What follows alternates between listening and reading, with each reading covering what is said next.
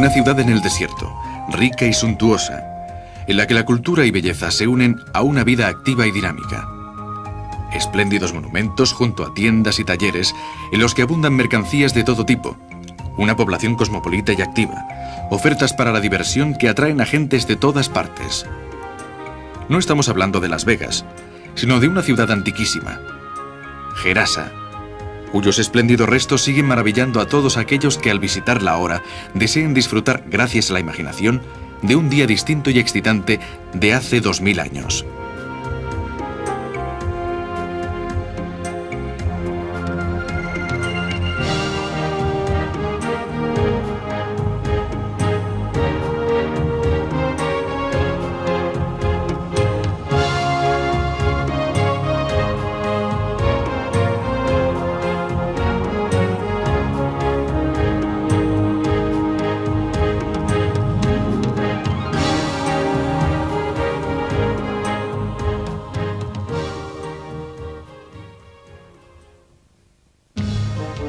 Gerasa se encuentra en el corazón de la actual Jordania, muy cerca del Mar Muerto.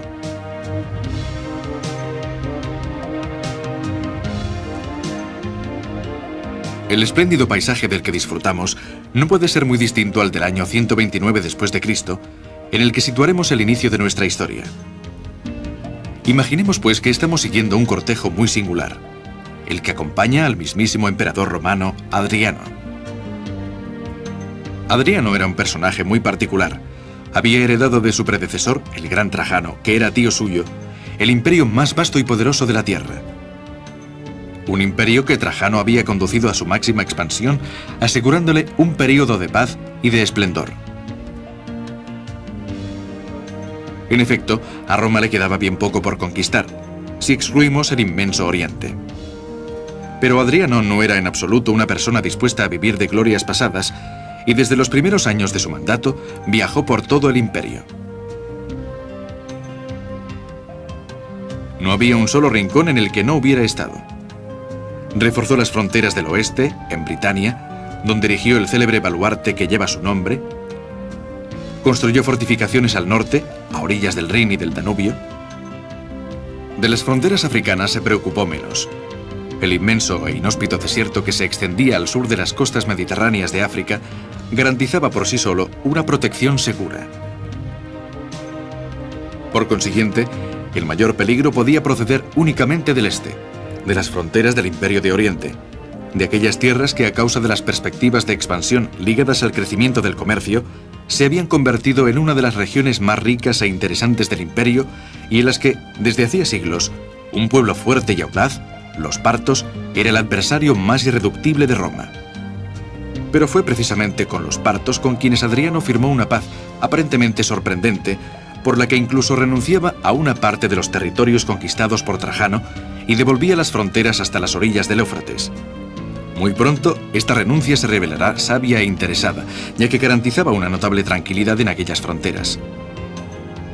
Pero, ¿por qué tierras tan inhóspitas en apariencia, desérticas y dominadas por la sequía, provocaban tanto interés hasta el punto de que el emperador las visitó en varias ocasiones?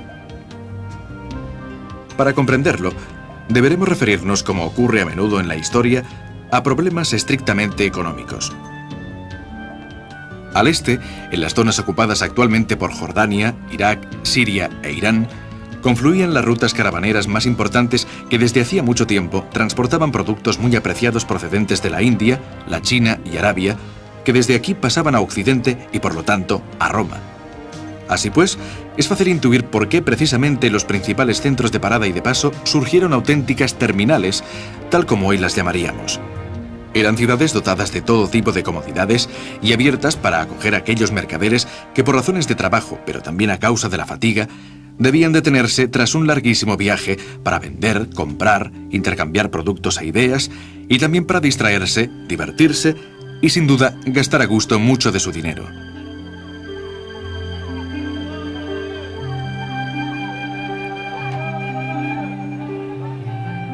Gerasa, como otras ciudades asiáticas, desde Petra a Palmira, de Éfeso a Saná, había nacido y prosperado precisamente gracias a estas necesidades.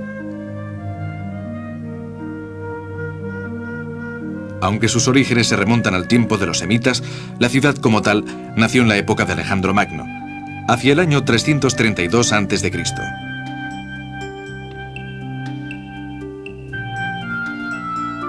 Se convirtió después en un importante centro helenístico, época en la que fue llamada Antioquía junto al Crisórroas, que en griego significa río de oro, pero alcanzó su máximo esplendor después de la conquista romana en el año 63 a.C., y en particular a raíz del desarrollo urbanístico propiciado por el emperador Tiberio.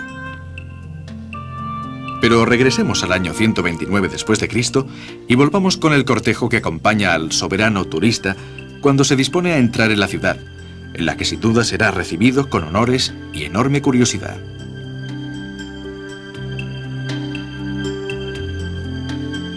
En este periodo, Gerasa era una de las más ricas y espléndidas de las 10 colonias romanas de Asia, la denominada Decápolis. De hecho, parva simulacra urbis, como decían los romanos, las ciudades de provincia imitan a Roma. Posiblemente la visita de Adriano a esta zona tenía motivos familiares, además de los de Estado. Su esposa, Julia Domna, era siria, hija de un sacerdote del dios Sol, la divinidad más importante entre las poblaciones del desierto sirio, y sin duda debió sentirse feliz de regresar a los lugares de su juventud. Pero volvamos a Gerasa. Antes de llegar a la puerta que se abría en las fuertes murallas que la defendían, destaca el imponente arco de triunfo, levantado más tarde para conmemorar la visita de Adriano. Es realmente monumental y reproduce el habitual modelo de 3 aberturas. Así pues, entremos nosotros también en la ciudad por la puerta sur, formada por un gran arco central flanqueado por 2 aberturas laterales más pequeñas y adornadas con torres. Toda la estructura está profusamente decorada con nichos, columnas y hojas de acanto esculpidas que dan la apariencia de riqueza que la ciudad mostraba a sus visitantes. La zona que la rodea fue utilizada durante mucho tiempo como mercado y como sede de actividades comerciales e industriales. Incluso en la quietud de hoy, no es difícil imaginar este lugar como centro de encuentro de todos aquellos que pretendieran vender o comprar mercancías o simplemente participar en una vida sin duda activa y frenética. Al igual que en este mercado jordano, los puestos de entonces ofrecían una gran variedad de alimentos procedentes de las granjas del fértil valle del Wadi Jerash, destinados a satisfacer las 3 comidas diarias que los romanos acostumbraban a hacer. En realidad, las 2 primeras, las que hoy llamaríamos desayuno y comida, eran muy frugales y se consumían con rapidez. Pan y queso o un poco de carne fría. La auténtica comida era la cena, compuesta de varios platos y que se prolongaba hasta bien entrada la noche.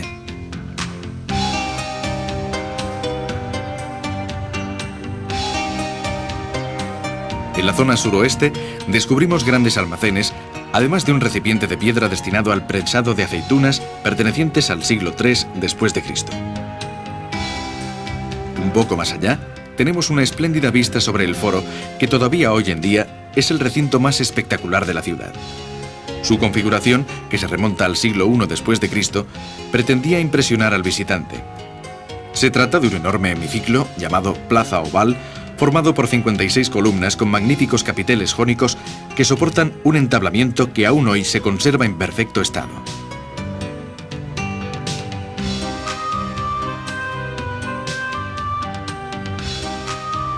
El conjunto es muy espectacular y podemos imaginar cuál debía ser su aspecto a la llegada del cortejo imperial, recibido por millares de personas. La plaza permite hacerse una idea de la ordenada estructura urbanística de la ciudad. De ella partía una gran avenida flanqueada por columnas, el Cardum, orientado de norte a sur, que atravesaba toda Gerasa. Otras 2 vías, los decumanos, la cruzaban perpendicularmente y conducían a 2 puentes construidos sobre el río. En el centro del foro se encontraba el tetrápilo, el cual, en época romana, debía estar adornado con una estatua y después fue modificado para ser utilizado como cisterna o fuente. La vía de las columnas, que como ya hemos dicho partía del foro, es sin duda una de las mejor conservadas de todas las ciudades romanas. Magnífica e imponente, mide cerca de 800 metros de largo y atraviesa todo el centro de la ciudad. Esta vía en otro tiempo sembrada de tiendas y talleres de todo tipo, estaba adornada con docenas de columnas y fue trazada en el siglo I después de Cristo. Un siglo después fue ampliada y las columnas originales, con capiteles jónicos, fueron sustituidas por las que actualmente podemos ver, de capitel corintio. El efecto debía ser realmente imponente si pensamos que en cada cruce había un pedestal formado por 4 piedras, en cada una de las cuales se asentaba una columna sobre la que, a su vez, había una estatua. A lo largo de la calle corría un acueducto construido sobre las columnas que distribuía agua potable a todos los rincones de la ciudad. Si tenemos en cuenta la época y la situación geográfica de la ciudad, a las puertas del desierto, nos daremos cuenta de la eficacia y la riqueza alcanzada por sus habitantes.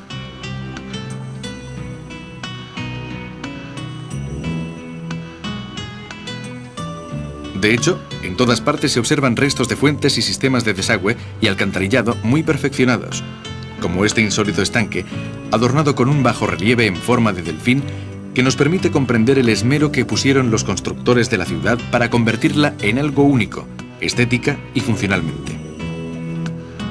Casi a media calle se ha descubierto recientemente otro foro o ágora. A esta zona, que al parecer se usó hasta la época bizantina, se accedía a través de una triple puerta de entrada.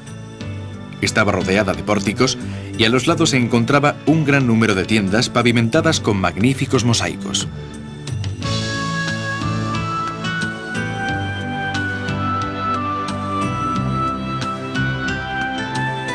En el cruce con el decumano superior se erigió, también en honor a Adriano, otro tetrápilo dedicado a su esposa Julia Domna, sobre el que se alzaba una imponente estatua.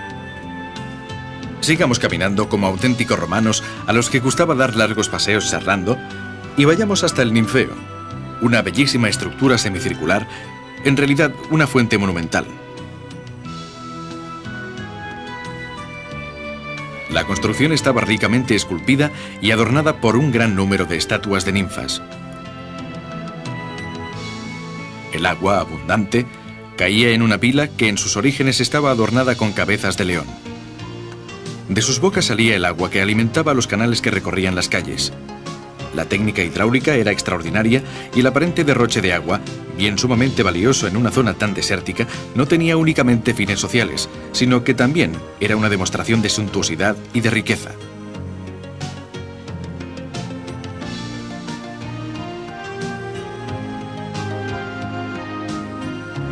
Un poco más adelante encontramos el templo de Artemisa, un majestuoso monumento que era sin duda el más importante de la Gerasa romana.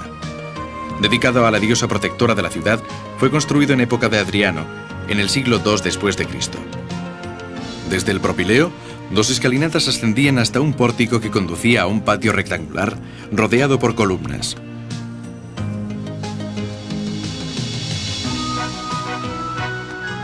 El templo estaba situado en el centro de este patio y se llegaba a él subiendo una imponente escalinata que, con un efecto que suponemos soberbio, conducía a la celda sagrada de la diosa, adornada también con un gran número de columnas coronadas por espléndidos capiteles corintios. Para dar una idea de la grandiosidad del monumento, basta pensar que el conjunto cubría una extensión de 34.000 metros cuadrados.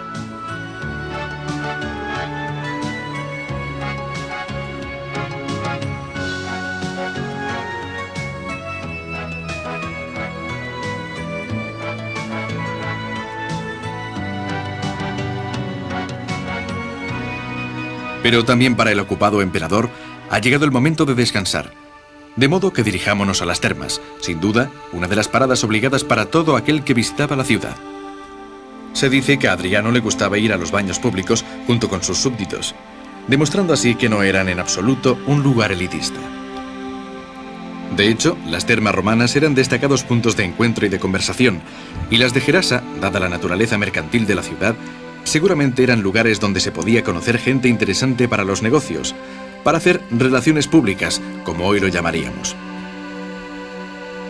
Las 2 magníficas termas de la ciudad, que por cierto eran muy confortables y estaban provistas de todo lo necesario para ser un lugar ideal para el cuidado del cuerpo, contaban también con un gimnasio en el que hacer ejercicio y con un patio en el que se practicaban deportes como la lucha, el salto e incluso una especie de balonvolea muy parecido al actual.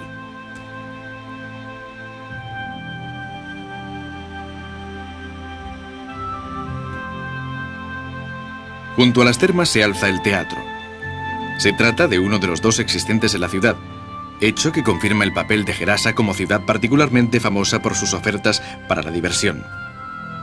Este es el pequeño, si bien tenía capacidad para 1.600 espectadores.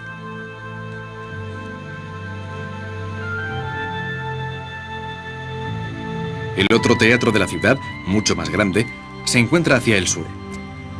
Situado sobre una colina, de espaldas a la plaza oval, se terminó de construir en el siglo II después de Cristo, y su estado de conservación es excelente, hasta el punto de que aún en la actualidad, en ocasión del Festival de Jerash, que se celebra anualmente, se organizan en él magníficos espectáculos. Podía cobijar en 14 filas de asientos unos 5.000 espectadores. Como en otros teatros, aquí se representaban casi siempre espectáculos de variedades y obras satíricas bastante agudas. Los actores, únicamente hombres, se cubrían el rostro con máscaras y se mofaban del avaro, del soldado fanfarrón o del criado ladrón. De hecho, los espectáculos, siempre gratuitos, eran una de las mayores preocupaciones del poder imperial romano. Panem et circenses, comida y diversión, como solía decirse, mantenían al pueblo ocupado y ajeno a los problemas políticos. En este sentido, los espectáculos de la época romana fueron incluso un importante freno a las posibles revoluciones. No debe extrañarnos, pues, que muchos emperadores romanos llegaran a arruinarse para ofrecer al pueblo, cada vez más ansioso de sensaciones fuertes, espectáculos extraordinarios que le excitara y al mismo tiempo le distrajera. Y ni siquiera Adriano escapó a esta política. Es más, se convirtió en uno de sus promotores, si es cierto que, tal como nos recuerdan sus biógrafos, cuando era pretor se gastó la enorme suma de 4 millones de sestercios que su predecesor Trajano le había legado en la organización de espectáculos en su honor.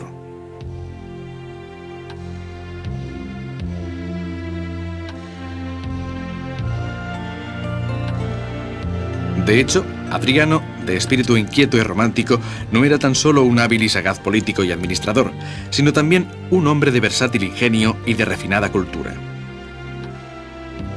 Tanto amó la civilización y el arte dramático griego que llegó incluso a escribir unos delicados y melancólicos versos.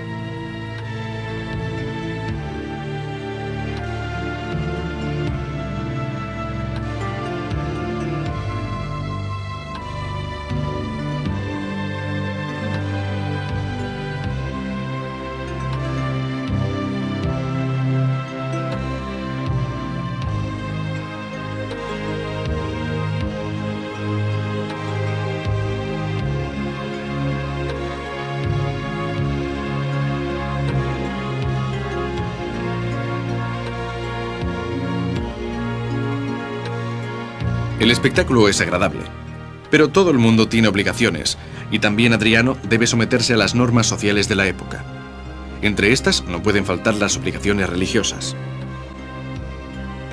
Visitemos, pues, como todo buen peregrino de paso en la ciudad, el templo de Zeus, que domina toda Gerasa. El monumento, construido en el siglo I sobre los restos de un templo de la época helenística, estaba situado junto al Teatro Grande y se llegaba a él por una gran escalinata. Construido en 3 niveles, el templo estaba completamente rodeado por docenas de columnas con capiteles corintios, y en la época de su máximo esplendor debía ofrecer un aspecto realmente imponente.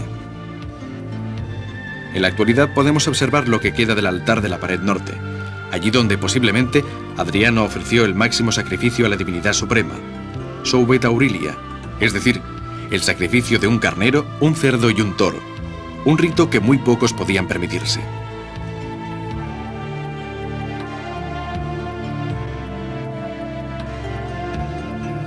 Pero la jornada aún no ha terminado. Cumplidas las obligaciones religiosas, el emperador ya puede dedicarse a actividades lúdicas.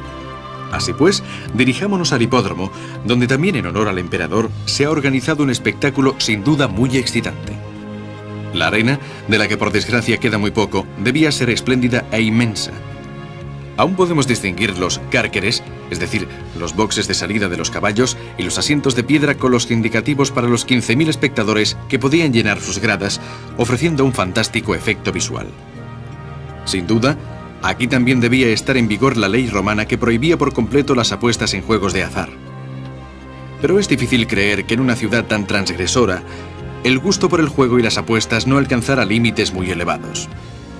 La verdad es que, sin ser comparable a la del Circo Máximo de Roma, también aquí la excitación alcanzaba niveles dramáticos si pensamos que las carreras no se detenían nunca antes de que los participantes hubieran dado 7 vueltas a la arena, ni siquiera cuando algún conductor acababa triturado bajo las ruedas de los carros. Los supervivientes recibían honores de héroe y ganaban sumas enormes. Parece ser que, en Roma, un jinete llamado Diocles se retiró de la arena después de haber acumulado una fortuna de 35 millones de sestercios. Tras el espectáculo en la arena, Adriano habrá disfrutado de una merecida cena antes de retirarse, probablemente en casa del gobernador local, y se habrá dormido profundamente.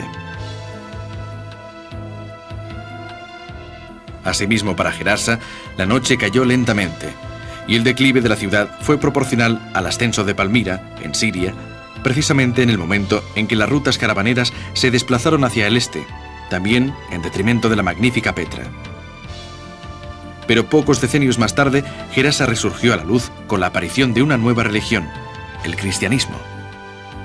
La ciudad volvió a ser importante en época bizantina, tal como revelan las ruinas de magníficas iglesias. Las primeras, pertenecientes al siglo IV, surgieron en torno a una fuente considerada como milagrosa, situada en el centro de la ciudad. La fuente se encontraba en el patio que constituía el atrio de la catedral.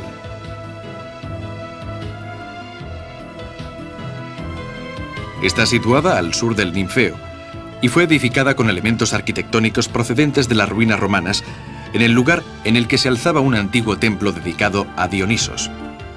El edificio cuenta con una puerta ricamente esculpida, perteneciente al siglo II, mientras que las estructuras visibles en la actualidad se han fechado unos 2 siglos más tarde, probablemente del año 365 después de Cristo.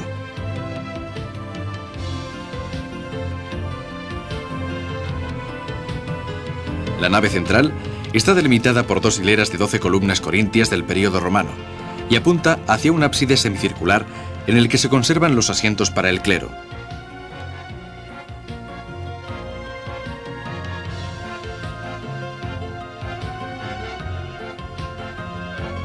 Al oeste de esta zona encontramos la iglesia de San Teodoro, construida en el año 496 después de Cristo. La iglesia, cuyo ábside se conectaba con el atrio de la catedral, conserva 2 capillas, el baptisterio y algunas estancias reservadas al clero.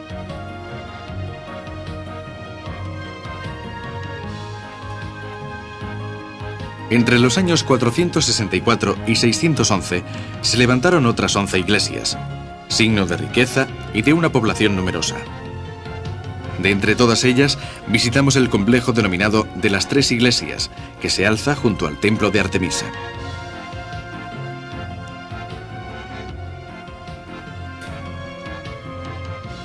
La del lado norte es la iglesia de los santos Cosme y Damián, mártires durante el reinado de Diocleciano a comienzos del siglo IV. Tiene 3 naves y aún hoy presenta un magnífico pavimento de mosaico con motivos geométricos o complejas figuras de elementos florales y animales entrelazados, junto a los que aparecen figuras humanas.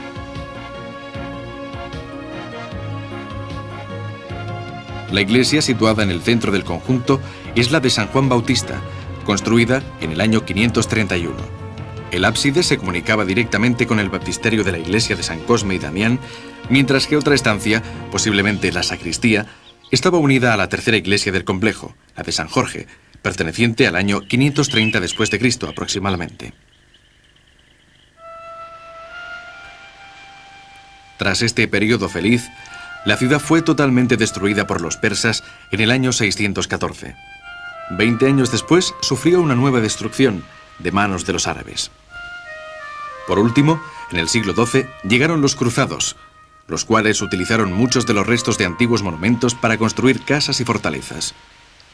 Para la antigua Gerasa era el principio del fin, que se produciría definitivamente en el año 1121, cuando fue arrasada por Balduino II, rey de Jerusalén. A partir de entonces, Gerasa cayó en un largo periodo de olvido que, al igual que había sucedido con otros importantes centros de la región, como por ejemplo Petra, en cierto sentido sirvió para conservarla mejor para la posteridad. De hecho, desde que a comienzos del siglo pasado un viajero alemán llamado Selzen la redescubrió, la vieja, la mítica Gerasa, parece haber encontrado una nueva vida, desvelándonos los restos de un pasado espléndido e inimitable y resurgiendo con toda la belleza de sus templos, de sus monumentos, de sus calles, que aun sin los gritos y el tumulto que en otros tiempos las animaron, parecen querer recordarnos su antigua, su bellísima historia.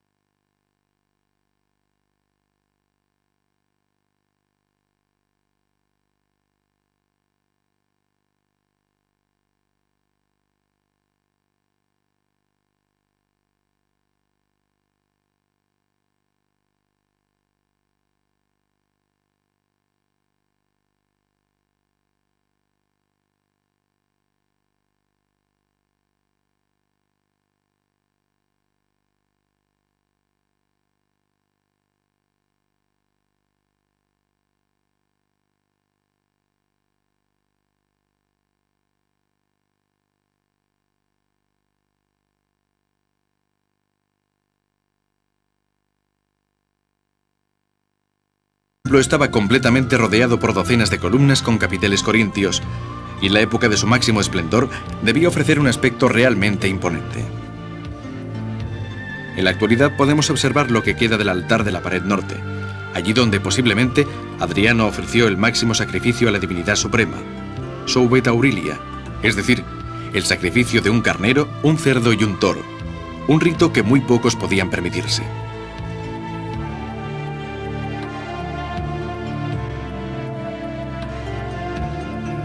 Pero la jornada aún no ha terminado.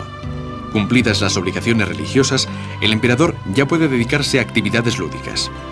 Así pues, dirijámonos al hipódromo, donde también en honor al emperador se ha organizado un espectáculo sin duda muy excitante. La arena, de la que por desgracia queda muy poco, debía ser espléndida e inmensa. Aún podemos distinguir los cárceres, es decir, los boxes de salida de los caballos y los asientos de piedra con los indicativos para los 15.000 espectadores que podían llenar sus gradas, ofreciendo un fantástico efecto visual. Sin duda, aquí también debía estar en vigor la ley romana que prohibía por completo las apuestas en juegos de azar. Pero es difícil creer que en una ciudad tan transgresora, el gusto por el juego y las apuestas no alcanzara límites muy elevados. La verdad es que, sin ser comparable a la del Circo Máximo de Roma, también aquí la excitación alcanzaba niveles dramáticos si pensamos que las carreras no se detenían nunca antes de que los participantes hubieran dado 7 vueltas a la arena, ni siquiera cuando algún conductor acababa triturado bajo las ruedas de los carros. Los supervivientes recibían honores de héroe y ganaban sumas enormes. Parece ser que, en Roma, un jinete llamado Diocles se retiró de la arena después de haber acumulado una fortuna de 35 millones de sestercios. Tras el espectáculo en la arena, Adriano habrá disfrutado de una merecida cena antes de retirarse, probablemente en casa del gobernador local, y se habrá dormido profundamente. Asimismo, para Gerasa, la noche cayó lentamente, y el declive de la ciudad fue proporcional al ascenso de Palmira, en Siria, precisamente en el momento en que las rutas caravaneras se desplazaron hacia el este, también en detrimento de la magnífica Petra. Pero pocos decenios más tarde, Gerasa resurgió a la luz con la aparición de una nueva religión, el cristianismo. La ciudad volvió a ser importante en época bizantina, tal como revelan las ruinas de magníficas iglesias. Las primeras, pertenecientes al siglo IV, surgieron en torno a una fuente considerada como milagrosa, situada en el centro de la ciudad. La fuente se encontraba en el patio que constituía el atrio de la catedral.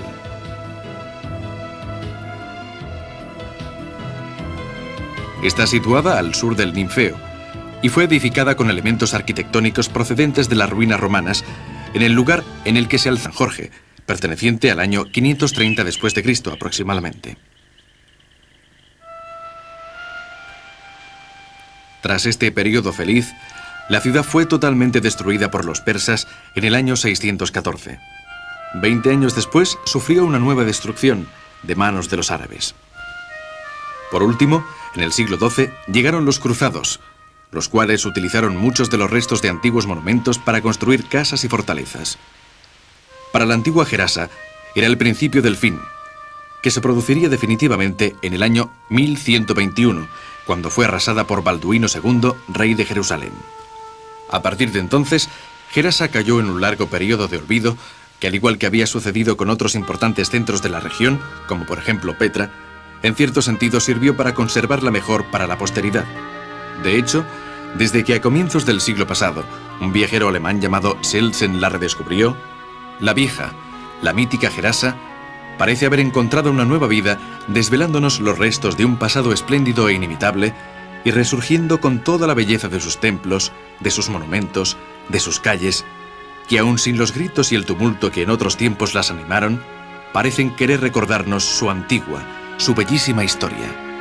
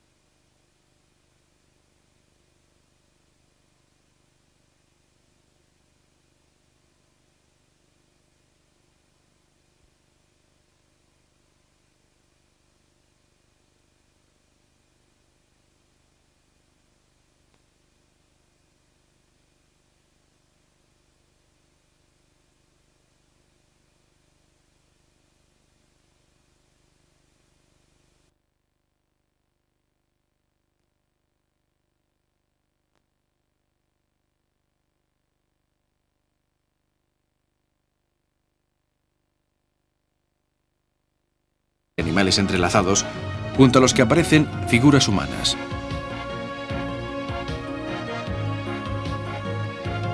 La iglesia, situada en el centro del conjunto, es la de San Juan Bautista, construida en el año 531. El ábside se comunicaba directamente con el baptisterio de la iglesia de San Cosme y Damián, mientras que otra estancia, posiblemente la sacristía, estaba unida a la tercera iglesia del complejo, la de San Jorge, perteneciente al año 530 después de Cristo aproximadamente. Tras este periodo feliz, la ciudad fue totalmente destruida por los persas en el año 614. 20 años después sufrió una nueva destrucción de manos de los árabes. Por último, en el siglo XII llegaron los cruzados, los cuales utilizaron muchos de los restos de antiguos monumentos para construir casas y fortalezas. Para la antigua Gerasa era el principio del fin, que se produciría definitivamente en el año 1121, cuando fue arrasada por Balduino II, rey de Jerusalén. A partir de entonces, Gerasa cayó en un largo periodo de olvido que, al igual que había sucedido con otros importantes centros de la región, como por ejemplo Petra, en cierto sentido sirvió para conservarla mejor para la posteridad. De hecho, desde que a comienzos del siglo pasado, un viajero alemán llamado Selzen la redescubrió, la vieja, la mítica Gerasa, parece haber encontrado una nueva vida, desvelándonos los restos de un pasado espléndido e inimitable y resurgiendo con toda la belleza de sus templos, de sus monumentos, de sus calles, que aun sin los gritos y el tumulto que en otros tiempos las animaron, parecen querer recordarnos su antigua, su bellísima historia.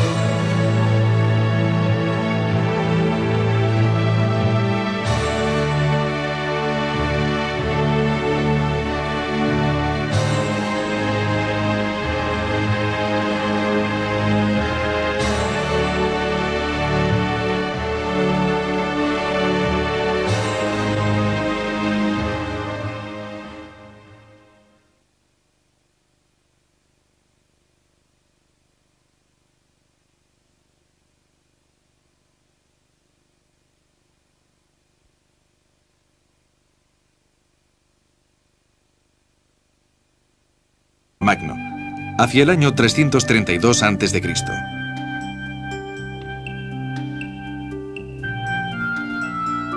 Se convirtió después en un importante centro helenístico, época en la que fue llamada Antioquía junto al Crisorroas, que en griego significa río de oro, pero alcanzó su máximo esplendor después de la conquista romana en el año 63 a.C., y en particular a raíz del desarrollo urbanístico propiciado por el emperador Tiberio. Pero regresemos al año 129 después de Cristo y volvamos con el cortejo que acompaña al soberano turista cuando se dispone a entrar en la ciudad, en la que sin duda será recibido con honores y enorme curiosidad.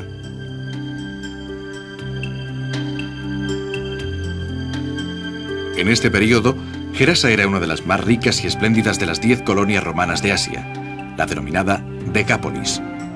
De hecho, parva simulacra urbis, como decían los romanos, las ciudades de provincia imitan a Roma. Posiblemente la visita de Adriano a esta zona tenía motivos familiares, además de los de Estado.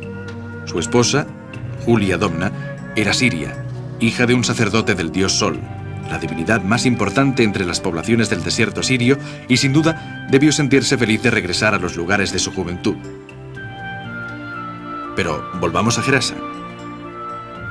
Antes de llegar a la puerta que se abría en las fuertes murallas que la defendían, destaca el imponente arco de triunfo, levantado más tarde para conmemorar la visita de Adriano.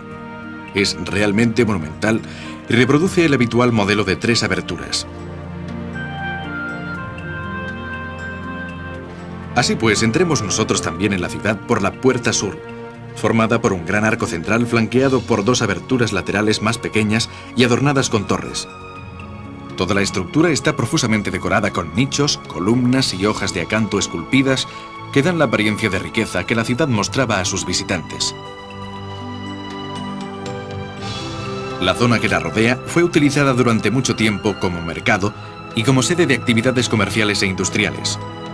Incluso en la quietud de hoy, no es difícil imaginar este lugar como centro de encuentro de todos aquellos que pretendieran vender o comprar mercancías o simplemente participar en una vida sin duda activa y frenética. Al igual que en este mercado jordano, los puestos de entonces ofrecían una gran variedad de alimentos procedentes de las granjas del fértil valle del Wadi Jerash, destinados a satisfacer las 3 comidas diarias que los romanos acostumbraban a hacer. En realidad, las 2 primeras, las que hoy llamaríamos desayuno y comida, eran muy frugales y se consumían con rapidez. Pan y queso o un poco de carne fría.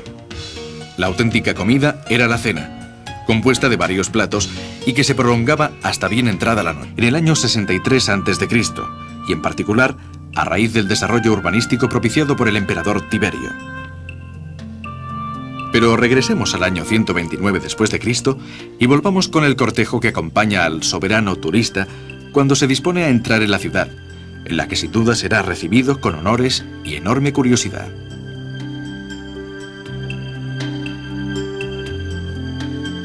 En este periodo, Gerasa era una de las más ricas y espléndidas de las 10 colonias romanas de Asia, la denominada Decápolis. De hecho, parva simulacra urbis, como decían los romanos, las ciudades de provincia imitan a Roma. Posiblemente la visita de Adriano a esta zona tenía motivos familiares, además de los de Estado. Su esposa, Julia Domna, era siria, hija de un sacerdote del dios Sol, la divinidad más importante entre las poblaciones del desierto sirio, y sin duda debió sentirse feliz de regresar a los lugares de su juventud. Pero volvamos a Gerasa.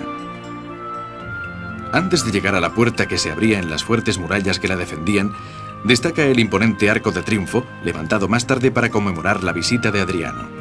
Es realmente monumental y reproduce el habitual modelo de 3 aberturas. Así pues, entremos nosotros también en la ciudad por la puerta sur, formada por un gran arco central flanqueado por 2 aberturas laterales más pequeñas y adornadas con torres. Toda la estructura está profusamente decorada con nichos, columnas y hojas de acanto esculpidas que dan la apariencia de riqueza que la ciudad mostraba a sus visitantes. La zona que la rodea fue utilizada durante mucho tiempo como mercado y como sede de actividades comerciales e industriales. Incluso en la quietud de hoy, no es difícil imaginar este lugar como centro de encuentro de todos aquellos que pretendieran vender o comprar mercancías o simplemente participar en una vida sin duda activa y frenética. Al igual que en este mercado jordano, los puestos de entonces ofrecían una gran variedad de alimentos procedentes de las granjas del fértil valle del Wadi Jerash, destinados a satisfacer las 3 comidas diarias que los romanos acostumbraban a hacer. En realidad, las 2 primeras, las que hoy llamaríamos desayuno y comida, eran muy frugales y se consumían con rapidez. Pan y queso o un poco de carne fría. La auténtica comida era la cena, compuesta de varios platos y que se prolongaba hasta bien entrada la noche.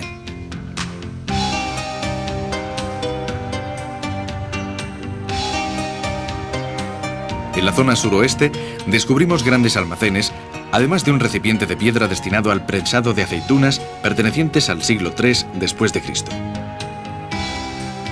Un poco más allá, tenemos una espléndida vista sobre el foro urbanística de la ciudad. De ella partía una gran avenida flanqueada por columnas, el Cardum, orientado de norte a sur, que atravesaba toda Gerasa.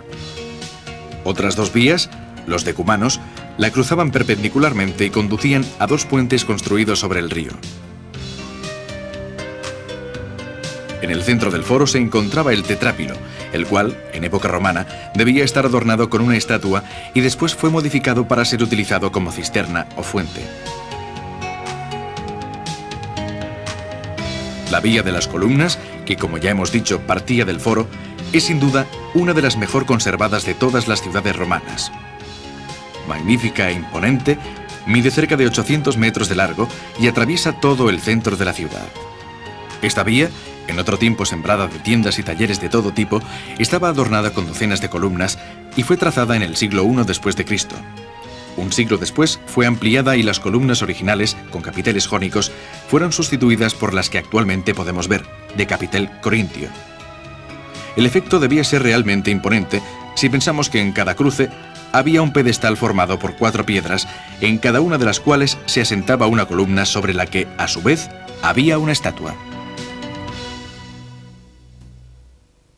A lo largo de la calle corría un acueducto construido sobre las columnas que distribuía agua potable a todos los rincones de la ciudad.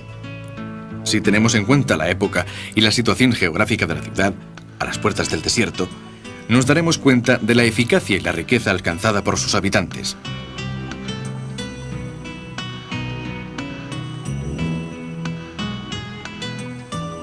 De hecho, en todas partes se observan restos de fuentes y sistemas de desagüe y alcantarillado muy perfeccionados, como este insólito estanque, adornado con un bajorrelieve en forma de delfín que nos permite comprender el esmero que pusieron los constructores de la ciudad para convertirla en algo único, estética y funcionalmente.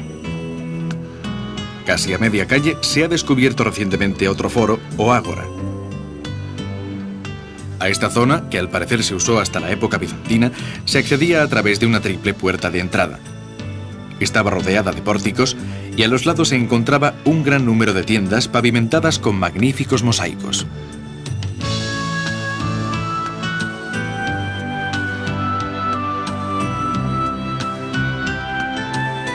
En el cruce con el decumano superior se erigió, también en honor a Adriano, otro tetrápilo dedicado a su esposa Julia Domna, sobre el que se alzaba una imponente estatua. Sigamos caminando como auténticos romanos a los que gustaba dar largos paseos charlando y vayamos hasta el Ninfeo, una bellísima estructura semicircular, en realidad una fuente monumental. Sus obligaciones religiosas, el emperador ya puede dedicarse a actividades lúdicas. Así pues, dirijámonos al hipódromo, donde también en honor al emperador se ha organizado un espectáculo sin duda muy excitante. La arena, de la que por desgracia queda muy poco, debía ser espléndida e inmensa. Aún podemos distinguir los cárceres, es decir, los boxes de salida de los caballos y los asientos de piedra con los indicativos para los 15.000 espectadores que podían llenar sus gradas, ofreciendo un fantástico efecto visual. Sin duda, aquí también debía estar en vigor la ley romana que prohibía por completo las apuestas en juegos de azar. Pero es difícil creer que en una ciudad tan transgresora, el gusto por el juego y las apuestas no alcanzara límites muy elevados. La verdad es que, sin ser comparable a la del Circo Máximo de Roma, también aquí la excitación alcanzaba niveles dramáticos si pensamos que las carreras no se detenían nunca antes de que los participantes hubieran dado 7 vueltas a la arena, ni siquiera cuando algún conductor acababa triturado bajo las ruedas de los carros. Los supervivientes recibían honores de héroe y ganaban sumas enormes. Parece ser que, en Roma, un jinete llamado Diocles se retiró de la arena después de haber acumulado una fortuna de 35 millones de sestercios. Tras el espectáculo en la arena, Adriano habrá disfrutado de una merecida cena antes de retirarse, probablemente en casa del gobernador local, y se habrá dormido profundamente. Asimismo, para Gerasa, la noche cayó lentamente, y el declive de la ciudad fue proporcional al ascenso de Palmira, en Siria, precisamente en el momento en que las rutas caravaneras se desplazaron hacia el este, también en detrimento de la magnífica Petra. Pero pocos decenios más tarde, Gerasa resurgió a la luz con la aparición de una nueva religión, el cristianismo. La ciudad volvió a ser importante en época bizantina, tal como revelan las ruinas de magníficas iglesias. Las primeras, pertenecientes al siglo IV, surgieron en torno a una fuente considerada como milagrosa, situada en el centro de la ciudad. La fuente se encontraba en el patio que constituía el atrio de la catedral.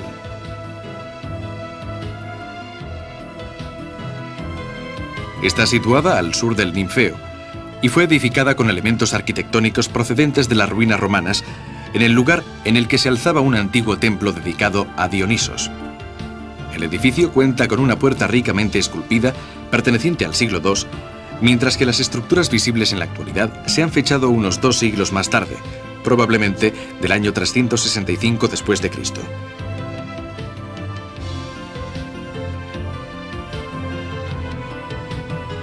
La nave central Está delimitada por 2 hileras de 12 columnas corintias del período romano y apunta hacia un ábside semicircular en el que se conservan los asientos para el clero.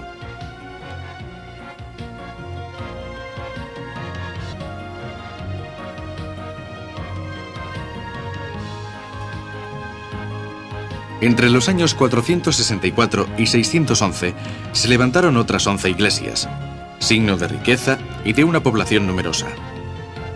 De entre todas ellas, visitamos el complejo denominado de las 3 iglesias, que se alza junto al templo de Artemisa.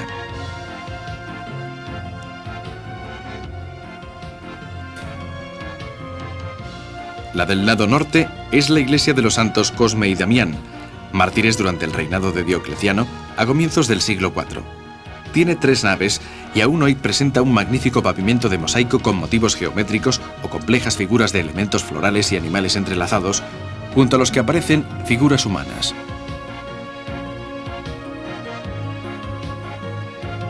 La iglesia situada en el centro del conjunto es la de San Juan Bautista, construida en el año 531. El ábside se comunicaba directamente con el baptisterio de la iglesia de San Cosme y Damián, mientras que otra estancia, posiblemente la sacristía, estaba unida a la tercera iglesia del complejo, la de San Jorge, perteneciente al año 530 después de Cristo aproximadamente. Tras este periodo feliz, la ciudad fue totalmente destruida por los persas en el año 614. 20 años después sufrió una nueva destrucción de manos de los árabes. Por último, en el siglo XII llegaron los cruzados, los cuales utilizaron muchos de los restos de antiguos monumentos para construir casas y fortalezas. Para la antigua Gerasa era el principio del fin, que se produciría definitivamente en el año 1121, cuando fue arrasada por Balduino II, rey de Jerusalén. A partir de entonces, Gerasa cayó en un largo periodo de olvido que, al igual que había sucedido con otros importantes centros de la región, como por ejemplo Petra, en cierto sentido sirvió para conservarla mejor para la posteridad.